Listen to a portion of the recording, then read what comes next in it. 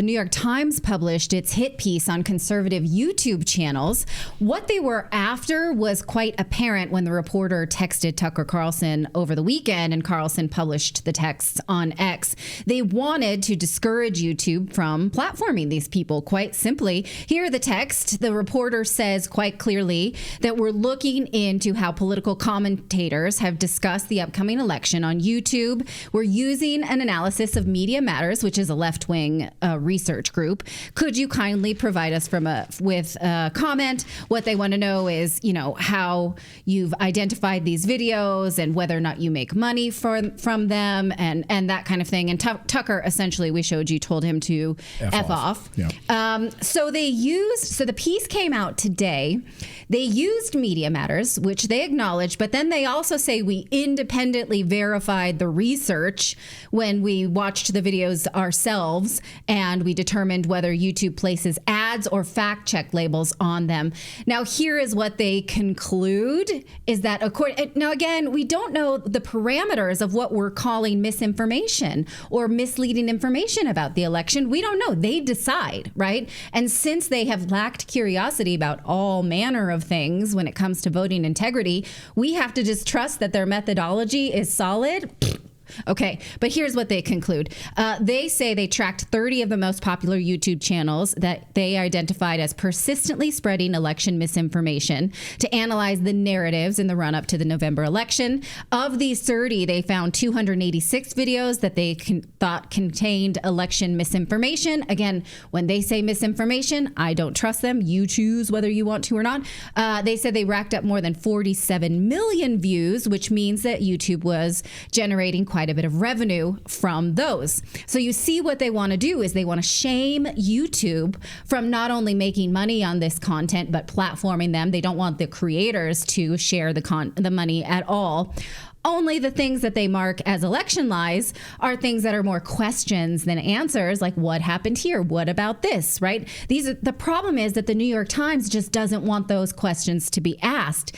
Surprisingly, now, color me legitimately surprised, like jaw on the floor, is that YouTube pushed back on this. They said this is part of an open debate. This does not violate our guidelines. And when something does violate our guidelines, we take care of it. Here's the quote saying the ability to openly debate political ideas, even those that are controversial, is an important value, especially in the midst of election season.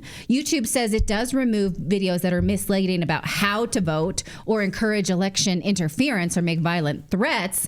But they say we have significant investment in this area, and we make sure that first and foremost, we're raising authoritative content and then remove or reduce things that represent misinformation. So what they're saying, what YouTube is saying, these videos that you've identified don't meet our guidelines for removal. That's a big middle finger to Media Matters. Of course, Media Matters would love for YouTube to deplatform conservatives. And sure, YouTube makes money off of our channel, makes money off of conservative channels. Yeah. But what YouTube is saying here is, no, this is free speech. This is free speech. They have a right to comment on the election. Now, if they're going out there telling, it's like shouting fire in a crowded place. If they're telling people don't, which is legal, that's a misinformation. But okay, what Tim Walz said about shouting fire in a crowded theater, the Supreme Court has ruled is legal. I know it is free speech, but what I'm saying is it's YouTube's own terms and conditions. They can choose to do whatever they want. What YouTube is saying here in this text is they're saying, if one of these commentators was telling people to not do something on election day or to do something dangerous, that's when they would step in. Yeah. Right. And so what they're saying to Media Matters is a big middle finger.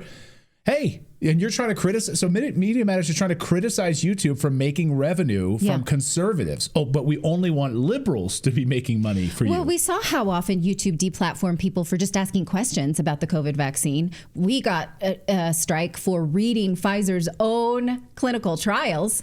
So I think that they're trying to not make that mistake again. Now, it feels again like this is a coordinated bit of propaganda, and the New York Times is just falling along into this, but it shouldn't be surprising. Remember on Monday, we spoke to former Justice Department lawyer whose job was to litigate voter fraud under both Bush and Obama, J. Christian Adams. He talked about how, of course, there is election fraud, but we don't know about it because he said there's a major industry heavily funded by wealthy people like George Soros that denies election fraud. It is massive and well funded. Listen to what he said.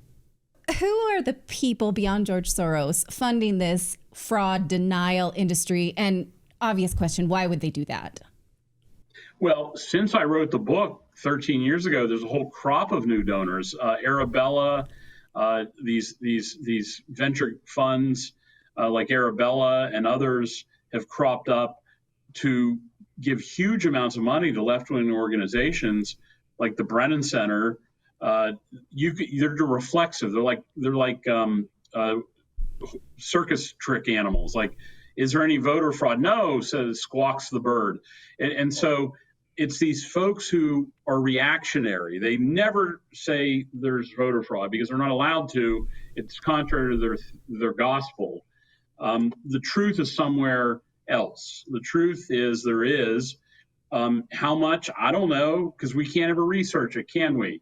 We're shut down by groups like Project Vote and the Democracy, this or that organization. So it's real. I know the victims. I've been in their homes.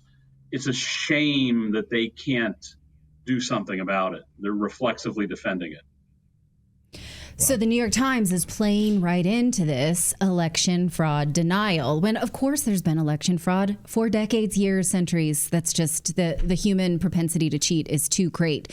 The question is, do we prosecute it? Do we fix it? Do we have an appetite for it? And that is partisan. So obviously this New York Times piece is a shame piece to make sure that these conservatives who want to ask these questions are discouraged from doing that. The good thing is the media is circling the drain and most people just don't trust them in this election cycle, and most people can see through it, I hope. Well, most people see through the ridiculousness of Media Matters. And I love that the New York Times actually said they're a left wing, right?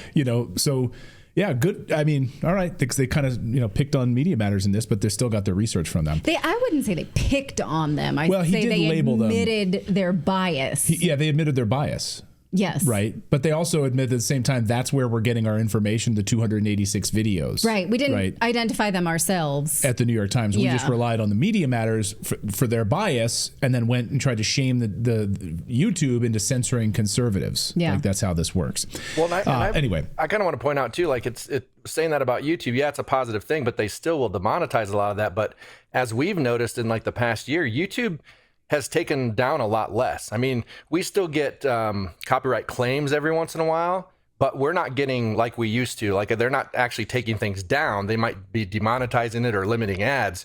So I think they are in a way getting better with that stuff. All right, you knock on wood. Knock on wood. Knock on wood. Yeah. Philip, are you knocking on?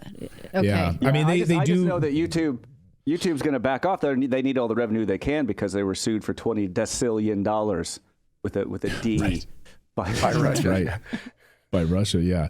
Yeah, I mean, look, they do demonetize our videos like once a week, so they pick and choose, and then we have to fight it, and we have to submit an appeal and go through the whole rigmarole and everything. And God, it's just sad because they are the largest freaking platform. Yeah. Like we're on Rumble right now, but a lot of our YouTube users today are saying, hey, we had to come back to YouTube today because Rumble is having all sorts of buffering issues today. So I've seen that from a number of different people. So again, Rumble's having some issues today. That's why even our view numbers are pretty low today on Rumble, comparatively speaking. I mean, it's still, we're streaming live right now. We're still more than Newsmax and mainstream media organizations on Rumble, but that's good. But still way lower than normal because of this buffering issue. So I know there's a lot of data to jump back over to YouTube. So again, it's the biggest beast in the room and we still have to deal with them.